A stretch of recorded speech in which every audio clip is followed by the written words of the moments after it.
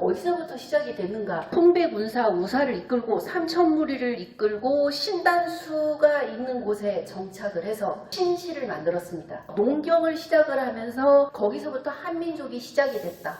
그러면 환웅이 쑥과 마늘을 먹은 곰이 사람으로 변한 곰과 결혼을 해서 당군 왕검을 낳았죠. 그래서 이렇게 당군 부부가 한민족의 시원이 되면서 한민족, 한나라, 동이족이 시작이 됐다는 내용을 담고 있습니다. 두 번째는 제천이에요. 제천은 뭐냐면 하늘의 제사를 지내는 민족이었다라는 의미입니다.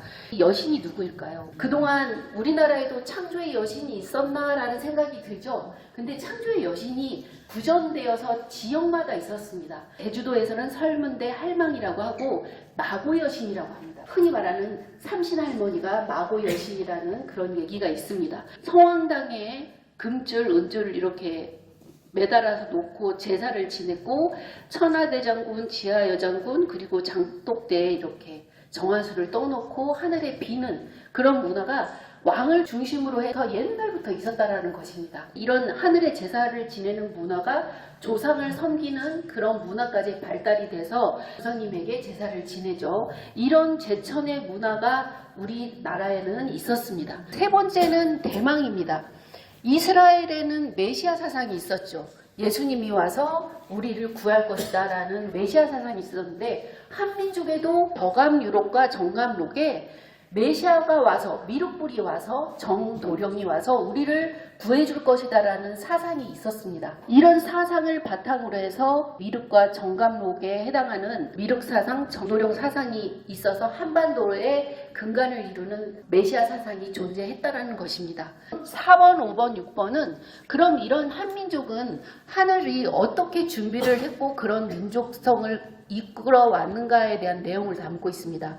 요 세 예쁜 여인이 누구일까요? 우리가 옛날부터 알고 있는 춘향이, 신청이, 신사임당입니다. 그래서 추녀열의 사상이 근간을 이루고 사람들에게 회자가 되면서 효를 다하는 그런 문화로 우리 민족을 키워오셨다라는 것입니다. 한민족은 많은 외침이 있었습니다. 그런데도 정말 굴하지 않고 민초들에서부터 양반까지 나라를 구하기 위해서 자기 한 몸을 다 희생하는 그런 민족성을 갖고 있었습니다.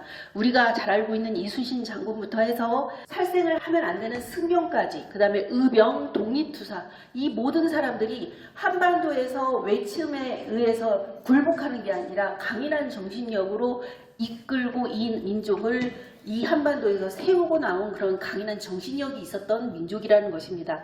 여기 유관순 누나, 강감찬, 홍일 장군, 윤봉길, 안중근, 많은 독립투사와 저변에 흐르는 불굴의 의지를 갖고 있는 한민족의 기상을 담은 작품입니다. 그 다음 여기는 창조문화입니다.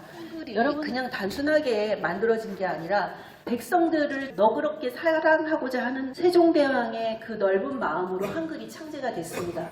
백성들에게 이롭게 하기 위해서 기득권이 한자를 사용하고 그들만의 문화가 있었지만 그걸 굴하지 않고 한글을 창제한 것입니다.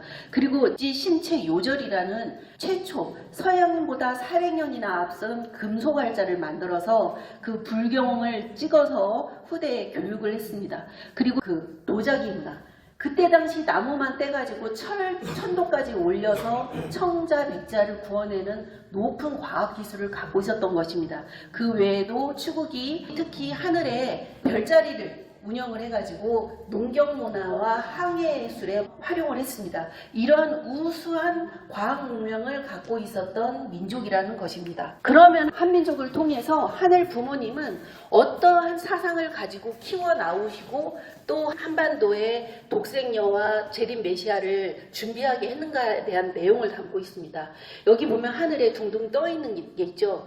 여기 뭐냐면 유교, 여기 기독교, 동학, 실학, 천도교, 도교, 불교 많은 사상들이 한반도에 와서 꽃을 피웠습니다. 그렇기 때문에 한 마을에 절도 있고 성당도 있고 그다음에 유교 사당도 있고 그러면서 서로 어우러져서 같이 그들의 종교와 사상을 존중하면서 높은 의식 수준을 갖고 있었던 민족입니다. 그래서 개화기 때 파고르가 한반도에 와서 그 높은 시민 의식과 그 사상을 추구하고자 하는 보다 선하게 살고자 하고 보다 바르게 살고자 하는 그 마음을 보고 그 등불이 다시 켜지는 날에는 동방의 등불이 될 것이다 라는 시를 남겼습니다.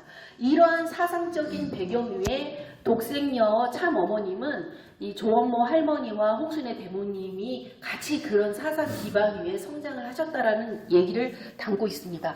그 중에서 기독교를 기반으로 해서 독생녀가 오게 되시는데요. 여기 요한이 계시를 받죠. 예수님이 십자가에 태형되시고 다시 오마 내가 다시 와서 어린 양 혼인 잔치를 하겠다라는 계시록을 쓰게 됩니다. 그래서 바티칸을 중심으로 기독교가 성장을 하게 되고 이렇게 루터와 칼빈이 종교 개혁을 해서 기독교가 바르게 나아가고자 하는 길을 내세웠고 특히나 한반도에서는 기독교를 적극적으로 수용을 했습니다. 그래서 중국에 가서 서품을 본인이 가서 받아왔고 성경 같은 경우에는 미리 가서 성경을 갖고 와서 자체 번역을 했습니다. 그래서 초기 기독교는 이렇게 문이 두 개여서 남녀가 유별하게 들어가서 서로 예배를 받습니다. 초기에는 많은 박해 가운데 있었지만 평양을 중심으로 제2의 예루살렘이라는 얘기가 있을 정도로 기독교가 들에 있는 불처럼 번져나갔던 곳이 바로 한반도입니다. 이런 기독교의 기반 위에 3대 동료가 독실한 기독교 신앙을 하셨습니다. 여기 보면은 6.25 참전 용사들이 나오죠. 16개국 실제 와서 피를 흘린 그 나라의 깃발을 여기다가 이렇게 표시를 했습니다. 이렇게 완장으로 그 나라의 국기를 표현했습니다. 3대 모녀가 그 남하를 하면서 유엔군이 참전을 해서 16개국의 젊은 사람들이 한반도에 와서 피를 뿌리면서 독생녀의 남하와 독생녀가 이 나라에서 살아갈 수 있게 세계적인 기대를 했다라는 것입니다. 여기는 임시정부가 있었고 그리고 3.1운동 당시에는 조홍모 할머니가 홍순애 대모님을 얻고 3.1 만세운동에 참여를 하셨습니다. 이런 국가적인 세계적인 보호 가운데에서 독생녀가 성장을 하였다는 얘기를 담고 있습니다. 여기 보면은 성탄입니다. 우리가 예수 성탄 하면은 마국간을 생각하시죠? 여기 보면은 이 아래쪽에 그때 당시에 독생녀가 탄생하는 시기에는 우리 민족은 암흑기였습니다. 전쟁이라는 것은 참혹한 현실이었고 그 전에는 일제 치하에서 헐벗고 종의 종과 같은 비참한 자기의 한민족이 있었습니다. 이런 암울한 한반도에 하늘은 한 줄기 빛처럼 독생녀를 탄생하게 한 것입니다. 이때 당시에 홍순애 대모님은 기독교 신앙을 엄청나게 했기 때문에 전도 여행을 전국적으로 다녔습니다. 그래서 초기에 예수교회라는 곳에서 신령한 당시에 예수님이 재림하셔서 온다, 독생녀가 온다라는 것을 계시를 받고 의복을 준비하고 정성을 들이며 금식을 하며 하늘을 붙들고 이렇게 정성 들였던 영적인 공동체가 있었습니다. 그곳에서 한 대모님을 만나서 독생녀 참 어머님을 탄생하게 한 것입니다. 이거는 생가인데 앞에는 옥수수밭이 있었고 기와 지붕이 큰 집에 뒤에 소나무 밭이 있었는데 학이 2마리가 춤을 추고 있었다라는 태몽을 꿔서 이름이 한학자가 된 것입니다. 이렇게 한반도의 독생녀를 태어나게 하기 위해서 시원이 되는 한민족을 키워오셔서 독생녀가 드디어 탄생하게 된 것입니다. 독생녀 현현입니다. 독생자라는 말은 있지만 독생녀라는 거는 검색을 해도 또 말이 없습니다. 우리가 독생자라는 예수님이 계셨는데 예수님이 십자가에 돌아가시면서 많은 피해와 핍박 가운데에서도 자기 목숨을 내놓고 그 예수님의 가르침을 설파하기 위해서 많은 제자들이 살았죠. 지금 이 장면은 뭐냐면 독생녀로서 내가 자각을 하는 장면입니다. 아주 어렸을 때부터 하늘 부모님이 하나자 총재님을 키워오셨고 그 가운데 17살, 18살 그 무렵에 이제 곧 때가 됐으니 너는 참부모가 되기 위해서 성혼의 자리에 가기 위한 준비를 하여라 하는 것을 계시를 받고 내가 이제 참부모가 돼야 되겠다고 결심하시면서 당당하게 독생녀로서 자각을 하는 장면입니다. 여기 보면은 백합을 들고 있죠. 서양의 그 명화를 보면은 수태고지라는 게 있습니다. 가브리엘이 마리아에게 전달하는 게 저 백합이에요. 이 백합은 순결을 상징하면서 완성한 해화를 상징합니다. 에덴 동산에 생명과 선악을 알게 하는 나무가 있었다. 그 나무, 완성한 해화, 해당하는 게 이 나무를 상징적으로 그렸고, 독생녀로서 완성한 회화로서 하늘의 신부로서 베일을 비둘기가 심어주는 장면입니다. 물은 뭐냐면 여성의 양수, 새로운 생명이 탄생하고 거기서부터 다시 시작되는 생명의 물과 같은 에덴 동산이 새롭게 시작이 되는 것입니다. 그래서 제린 메시아 문성명 총재님과 한학자 총재님이 참부모의 자리에서 드디어 만민에게 새로운 시대와 새로운 에덴의 동산을 연다라는 의미를 담고 있습니다. 그리고 이게 마지막 12번째 작품입니다. 여기 보면은 모뉴먼트 광장이 있는데 전 세계에 이런 기록이 없을 정도로 많은 미국인들을 모아서 미국이여 다시 살아나라, 준비한 미국이 다시 부활해야 된다라는 기독교 부흥 운동을 하셨습니다.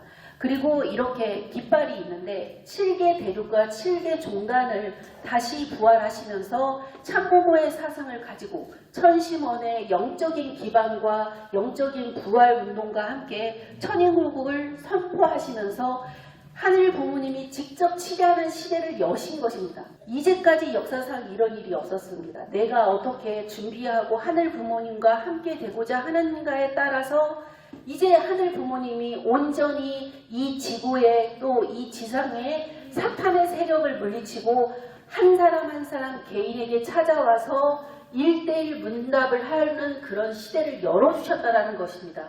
이게 단순히 선포가 아니라 이제부터는 새로운 시대가 시작이 됐다는 의미입니다. 만 백성을 이끌고 축복과 함께 각 종단과 함께 그리고 인류를 이끌고 그 다음에 천의 축승자 네 분과 함께 하늘 부모님을 직접 모시는 시대로 들어가자, 우리 다 같이 가자라는 의미에서 이런 그 천원 계문이라는 제목으로 이런 작품을 하게 하셨습니다.